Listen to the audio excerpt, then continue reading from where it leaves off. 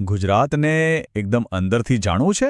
એની સંસ્કૃતિ, એનો વારસો, એના અદ્ભુત સ્થળો બધું જ પોતાની રીતે જોવું છે? તો ચાલો આજે આપણે બસ દ્વારા ગુજરાત ફરવાની એક મસ્ત મજાની વાત કરીએ. ચાલો એક નાની કલ્પના કરીએ. તમે નીકળ્યા છો એક 4 દિવસની આધ્યાત્મિક સફર પર. એવી સફર જે તમને સીધા ગુજરાતના ઇતિહાસ અને પૌરાણિક કથાઓના દિલમાં લઈ જશે. ખબર છે, આ એ જ યાત્રા છે જેનું સપનું લાખો લોકો જુએ છે.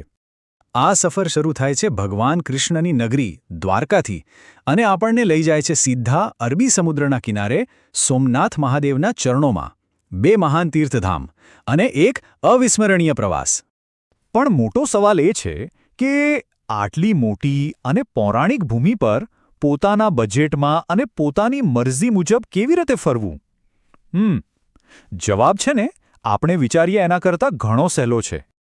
તો રજૂ છે તમારી આ સફર માટેનો આધુનિક રથ. ના, આ કોઈ કાલ્પનિક વાત નથી. આ તો એક એવી વાસ્તવિક અને ભરોસાપાત્ર સેવા છે જે ગુજરાતના ખૂણે ખૂણાને જોડે છે. આપણે વાત કરી રહ્યા છીએ જીએસઆરટીસીની, એટલે કે ગુજરાત રાજ્ય માર્ગ પરિવહન નિગમ. આ છે ને ભારતની સૌથી મોટી અને સૌથી આધુનિક સરકારી બસ સેવાઓમાંની એક છે. અને એની ખાસિયત શું? એ ગુજરાતના લગભગ દરેક ગામડા સુધી પહોંચે છે. તમે વિચારતા હશો કે આ નેટવર્ક કેટલું મોટું હશે?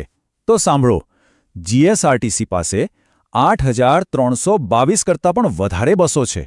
જરા વિચારો, આટલી બધી બસો રોજ લાખો લોકોને ગુજરાતના એક છેડેથી બીજા છેડે પહોંચાડતી હશે. અને વાત ખાલી બસોની સંખ્યાની નથી હો, એમાં પણ કેટલી બધી વેરાયટી છે. તમારે આરામથી જવું હોય તો વોલ્વો અને એસી બસો છે. રાત્રે સૂતા સૂતા મુસાફરી કરવી હોય તો સ્લીપર કોચ. એ સિવાય ગુર્જર નગરી, એક્સપ્રેસ અને શહેરો વચ્ચે દોડતી મિની બસો પણ છે. મતલબ દરેક પ્રકારના પ્રવાસી અને દરેક બજેટ માટે કંઈક ને કંઈક છે જ. અને આ આંકડો તો જુઓ, જીએસઆરટીસી ગુજરાતના 99.3% ગામડાઓ અને 99% લોકોને જોડે છે. સીધો મતલબ એ થયો કે તમે ગુજરાતમાં ક્યાંય પણ હો, એસટી બસ તમારાથી બહુ દૂર નહીં હોય. લગભગ દરેક જગ્યાએ પહોંચી જ જાય છે. ચાલો હવે થોડી પ્રેક્ટિકલ વાત કરીએ. મુસાફરીનું પ્લાનિંગ કેવી રીતે કરવું? ટિકિટ ક્યાંથી બુક થાય અને એના નિયમો શું છે? બધું જ સમજી લઈએ. ટિકિટ બુક કરવી એ તો એકદમ સહેલી છે. બસ gsrtc.in વેબસાઇટ પર જાઓ અથવા તો એની ઓફિશિયલ મોબાઈલ એપ ડાઉનલોડ કરી લો.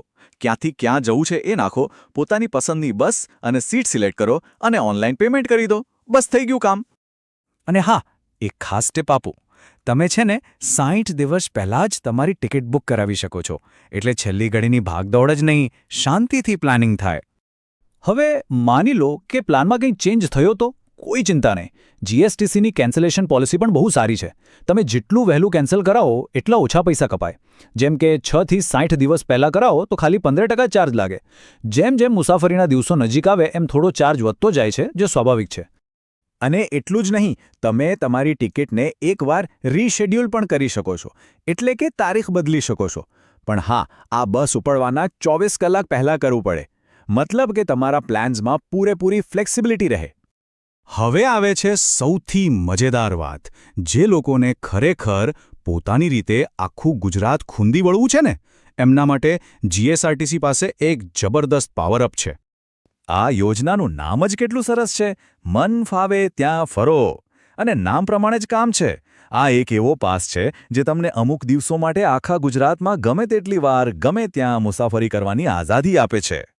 આમાં 2 ઓપ્શન મળે છે. એક છે 4 દિવસનો પાસ, જેની કિંમત છે ફક્ત 850 રૂપિયા. અને બીજો છે 7 દિવસનો પાસ, જે 1450 રૂપિયામાં મળે છે. એકવાર પાસ લઈ લો પછી ખર્ચાની કોઈ ચિંતા વગર બસ મન ફાવે ત્યાં ફરો. આ પાસના ફાયદા શું? તમે ગમે તેટલા રૂટ પર ફરી શકો. એક્સપ્રેસ, ગુર્જર નગરી કે પછી નોન એસી સ્લીપર બસમાં પણ આ પાસ ચાલે. જ્યાં મન થાય ત્યાં ઉતરી જાઓ, જ્યાં મન થાય ત્યાંથી બીજી બસ પકડી લો. અંબાજીથી ઉમરગામ સુધી કે પછી કચ્છથી કાઠિયાવાડ સુધી, આખું ગુજરાત તમારું છે. અને જો તમે ફેમિલી સાથે ફરવા નીકળ્યા હો તો એના માટે પણ વ્યવસ્થા છે. માત્ર 450 રૂપિયામાં હાફ ટિકિટનો ઓપ્શન પણ મળે છે. એટલે આખી ફેમિલી માટે આ ટ્રીપ એકદમ સસ્તી અને મજેદાર બની જાય. તો હવે તમારી પાસે આધુનિક રથ પણ છે અને અનલિમિટેડ મુસાફરી કરવાનો પાવર પણ છે. હવે તો બસ ગુજરાતનું આખું સામ્રાજ્ય તમારી રાહ જોઈ રહી છે. ચલો એક નજર નાખીએ કે તમે ક્યાં ક્યાં જઈ શકો. તમારી સફર શરૂ કરી શકો છો સોમનાથના ભવ્ય તીર્થથી, જ્યાં સમુદ્રની લહેરો મહાદેવના ચરણ પખાળે છે. અથવા તો પહોંચી જાઓ કચ્છના સફેદ રણમાં, એ જગ્યા જ્યાં પૂનમની રાતે ધરતી અને આકાશ એક થઈ જાય છે. નર્મદાના કિનારે ઊભેલી દુનિયાની સૌથી ઊંચી પ્રતિમા સ્ટેચ્યુ ઓફ યુનિટીની ભવ્યતાને એકદમ નજીકથી જુઓ. અને જો શાંતિ અને પ્રકૃતિ ગમતી હોય તો ગુજરાતનું એકમાત્ર હિલ સ્ટેશન સાપુતારા તો છે જ, વાદળો અને હરિયાળીથી ઘેરાયેલું. અરે આ તો ખાલી શરૂઆત છે. ગુજરાતના તો કેટલાય ખજાના તમારી રાહ જુએ છે.